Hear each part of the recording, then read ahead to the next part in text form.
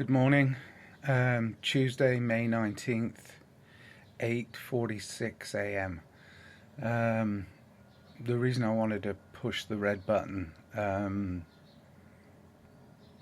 it's so weird. Dreams are tricky buggers. They really are. I didn't write this down. I didn't try and interpret it too much. I'm just trying to access it as I'm barely awake, and it was a bizarre experience to go back into a dream you thought was kind of over, and it kind of picks up where like you've left a marker in a book. It's like, oh, I don't remember reading that, so I opened the book. It's very. Anyway, the reason I'm doing this is to take it away from the nice way I've interpreted Concentric Circles Level 1, which was to write it down, go through an awful lot of reimagining it and making it easy to listen to. This isn't so easy to listen to because I'm rambling. I don't like rambling unless it's for my own benefit, and that's really why I'm doing this now. The reason I'm going live with it, because I have no idea how to decipher some of the imagery that's coming into my sleeping mind. I say I have no idea. Of course I have an idea, but whatever it is, I just want to get it out there. So, the way Concentric Circles Level 1 finished was me looking up at some hooded faces looking down on me, and it seemed a bit sinister. And in a way it kind of was, or it felt that way, or the interpretation of it felt that way. But I went back into the dream last night. At that point, I was in this white expanse. I have no idea where I was. I was laid on my back, and I was looking up, and the faces were there, but I couldn't make them out. Shadowy,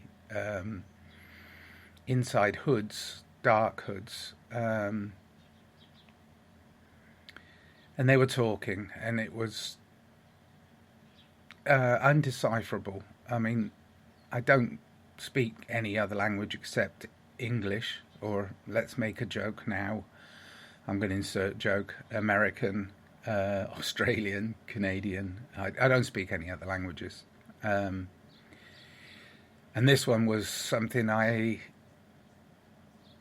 found to be I can remember as a child seeing a documentary about a tribe in Africa somewhere who made noises that were part of their language, and that's something that I remember from childhood, and this was more like that. There was a clicking and whirring. I mean, I don't know. I really don't know. Never heard this language, but their heads were turning towards each other, and then towards me, and then towards each other, and then towards me, and then I think there were 5 of them, and 2 of them left. So they left 3. One that was directly behind my head, one to the left and one to the right. I felt nothing, no feelings, no physical sensations, but they were there and they were looking down, and the one behind my head seemed to be calm. Yeah, I mean, he was more of a calming influence than the other 2, who seemed a little agitated, and they were still clicking and using their language, just talking to each other. I didn't want it to be. I suppose really the calming one didn't want me to feel agitation or annoyance, but there was something going on between the other two that I couldn't understand. And of course, that's an annoyance because I try and understand everything. Human quality that's got us into a lot of trouble. Anyway, I tried sitting up so many times, but of course I couldn't move. So I don't know why. I didn't feel like any physical restraints. I could move my eyes. My senses were working. There was a faint smell in the air, but I don't know what it was. Think, close your eyes, let go. The trouble is now it's going through a filter. It's licorice. No. Tarmac. Gosh, I don't know. There were faint smells. I'm going to open my eyes now because I can stare out at nature through my window. Looking at the trees, thinking about nothing if I can. Let this vision come back to me. Come on. Oh gosh. The two were clicking and whirring. I looked up. My eyes were working. The light was getting stronger. So it was starting to hurt my eyes, and I don't think I could blink. I'm not sure. I might have been able to. I don't know. The light was getting stronger. The noise was getting louder, and the one behind me was trying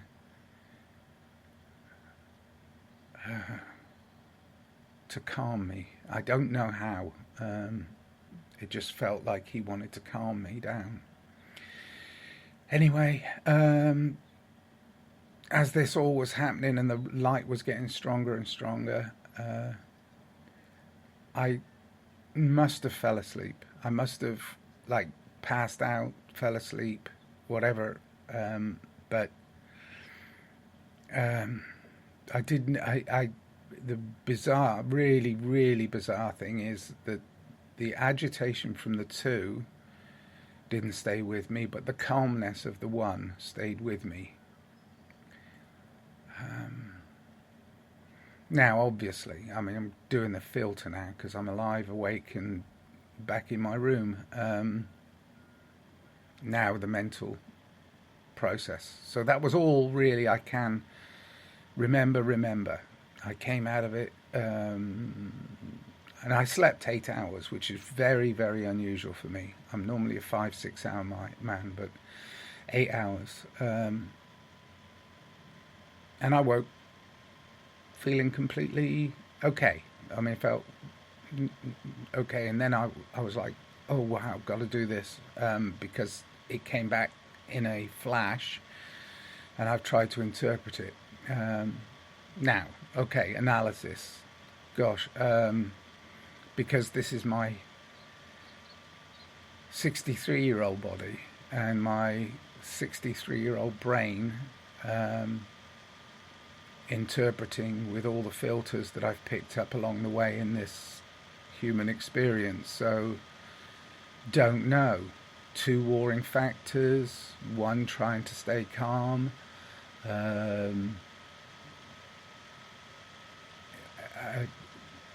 Is this something that's a scenario from my childhood, my parents fighting and me trying to not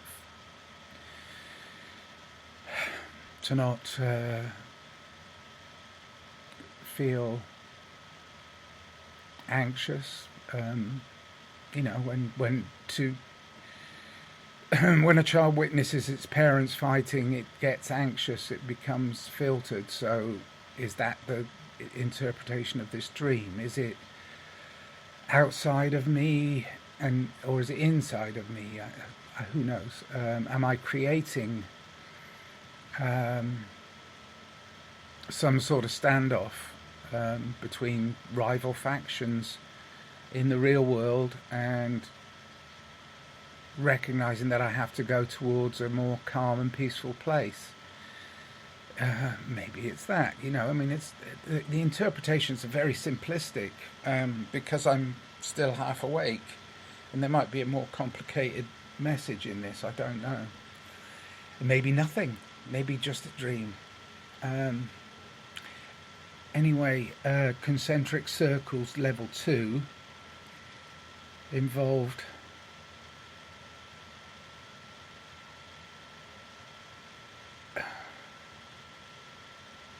five shadowy figures turning in, eventually going down to 3 shadowy figures, one of whom was very calm. The other 2 seemed very agitated, and I was led, motionless, looking up at them. I couldn't make out their faces. The interpretation, I don't know. I mean, if I go back into the dream, and I must admit now I built up a bit of anxiety about it, which I don't want. So I'm going to try and meditate for love and peace, and as I do every day, I might take a walk in nature. Whatever it is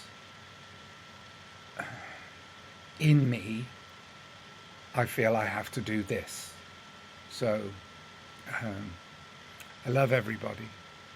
Everybody should be acting out of love, kindness, and peace right now. And if they're not, disassociate yourself, because this is not a time for war. This is not a time for conflict. This is a time for love. This is a time for peace. I don't know. That's not part of the dream. That's just an interpretation. Oh, first gulp of coffee. Sorry to ramble, but that was just something I needed to get off my chest. Tuesday, May 19th, 8:58. Wow. Not a very long one, but I hope it's interesting for anybody that bothers to listen to this. Maybe they'll listen to it later, but I just felt I had to do it. All right. Maybe for me. Maybe it's for me to remember. That's what I started this whole thing off as. Me to listen to me. Okay. Cheers.